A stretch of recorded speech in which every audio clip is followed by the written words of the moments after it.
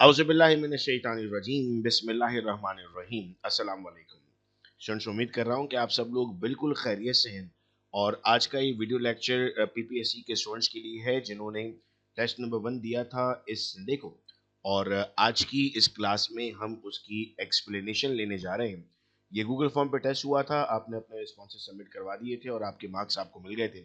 आज इस video lecture में हम उसकी एक्सप्लेनेशन लेंगे। याद रहे स्टूडेंट्स कि अगर आप इन ऑनलाइन क्लासेस का पार्ट बनना चाहते हैं तो आप 0333224301 पर मैसेज कर सकते हैं ताकि करंटली जो बैच इस वक्त रनिंग है हमारा उसमें हम आपको एडमिशन दे दें।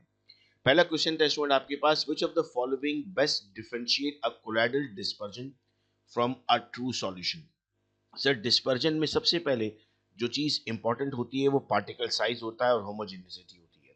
तो आप कहते हैं सर ट्रू सॉल्यूशन में और कोलाइडल डिस्पर्जन में हमारे पास बेस्ट जो डिफरेंशिएट करता है वो उसका पार्टिकल साइज और उसकी होमोजेनिटी को करता है।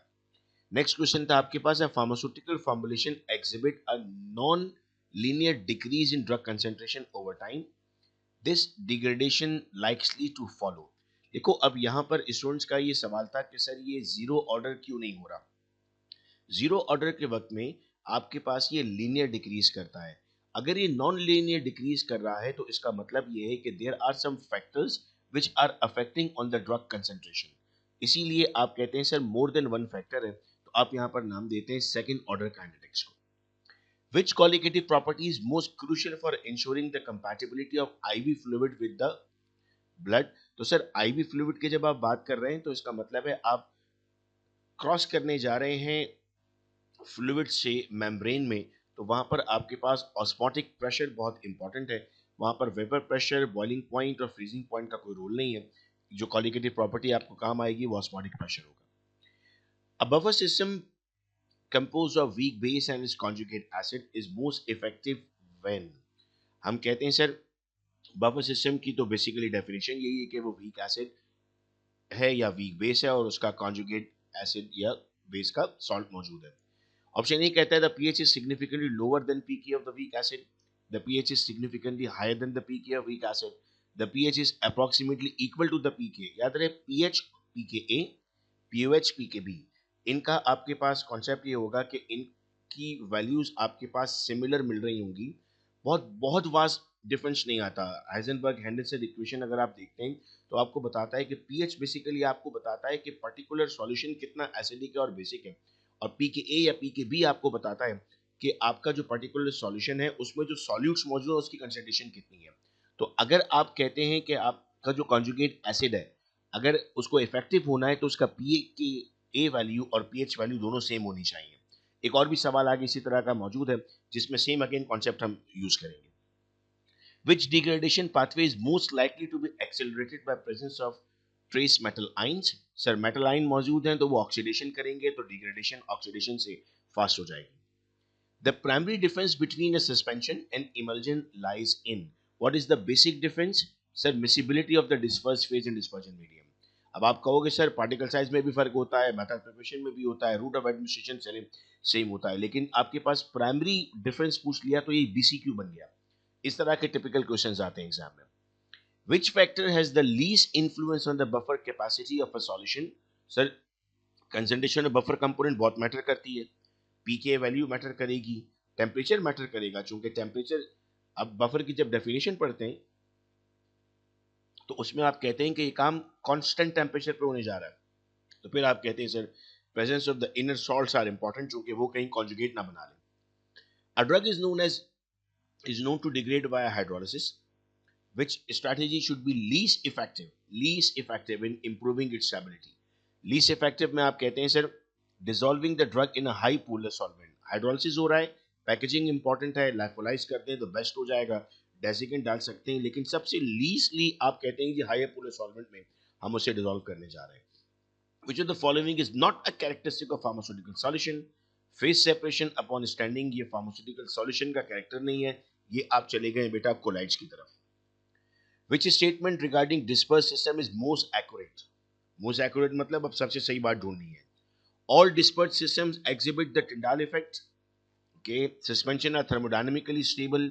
Emulsion require an emulsifying agent. Yes, this is the most accurate one कि अगर आपने कोई इमल्सिफाइंग एजेंट नहीं ऐड किया तो आपकी इसका मतलब है इमल्जन जनरेट ही नहीं हो सकती. The drug's degradation follows zero order kinetics. Okay, this implies a zero order kinetic independent of the drug concentration. Straight away कह देंगे आप कि independent है. Which of the following is not a colligative property? इनमें से कौन सी colligative property नहीं है? ये यहाँ पर मैं करेक्ट कर दूं, इसका आंसर सॉरी ए है. मैंने उस वक्त इसलिए किया भाई, ये आपके आंसर्स में भी ए ही मिला होगा आपको. सरफेस टेंशन नहीं है, बाकी सब आपके पास colligative प्रॉपर्टी का पार्ट है. Which of the following factors would least likely affect the stability of drug? Least likely, presence of an antioxidant. ये least likely है drug susceptible to photolysis. चूंकि ये आपके पास मामला ऑक्सीडेशन की तरफ जा रहा है, तो फोटोलाइसिस में लीस्ट हो जाएगा. A pharmaceutical formulation contain a buffer with pK of 4.5. Okay, it is intended for use at a pH of 7.4. Which statement is more accurate? अब the buffer will have optimal capacity. The buffer will have minimal capacity at the intended pH. अब देखो pK की value different हो रही है ना, ये 4.5 है 7.4 है, तो आप कहते हैं सर ना the buffer will have minimum capacity at the intended pH. क्योंकि इसके नजदीक की अगर आपके पास पीएच होगी दैट इज फाइन, जो अभी ऊपर हमने बात कही थी. Which degradation mechanism is most likely to result in formation of dimers or polymer? Sir dimer तक ठीक था, पॉलीमर क्या कहते उसने जवाब बता दिया हमें, polymerisation. Which of the following is a key difference between first order and second order kinetics? Sir rate constant के यूनिट बदल जाते हैं, फर्स्ट ऑर्डर में डिफरेंट होते हैं, सेकंड ऑर्डर में डिफरेंट होते हैं. नेक्स्ट आता है which strategy is least likely to prevent oxidation storage at an elevated temperature? अगर आप ऑक्सीडेशन को प्रिवेंट करने की बात कर रहे हैं और उसमें एलिवेटेड टेम्परेचर पर जा रहे हैं, तो ये सबसे हद लास्ट आपका काम होना चाहिए. नाइट्रोजन कर लेंगे बेस्ट हो जाएगा, चिलेटिंग एजेंट करें, एंटीऑक्सीडेंट्स डालें उसमें. Which dispersed system type is characterized by the presence of distinct interface between two immiscible liquid? Immiscible कह दिया, emulsion की आप बात करेंगे. If a solution exhibits significantly low vapor pressure than the pure solvent, what is it indicating? Sir इसमें कोई आपने non volatile solute add कर दिया, तभी उसका वेपर प्रेशर डाउन हो गया.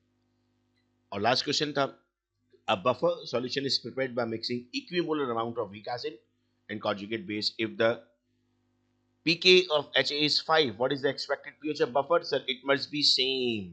ये तीसरा सवाल इससे मौजूद है, it must be same, which mean 5 is now the correct answer.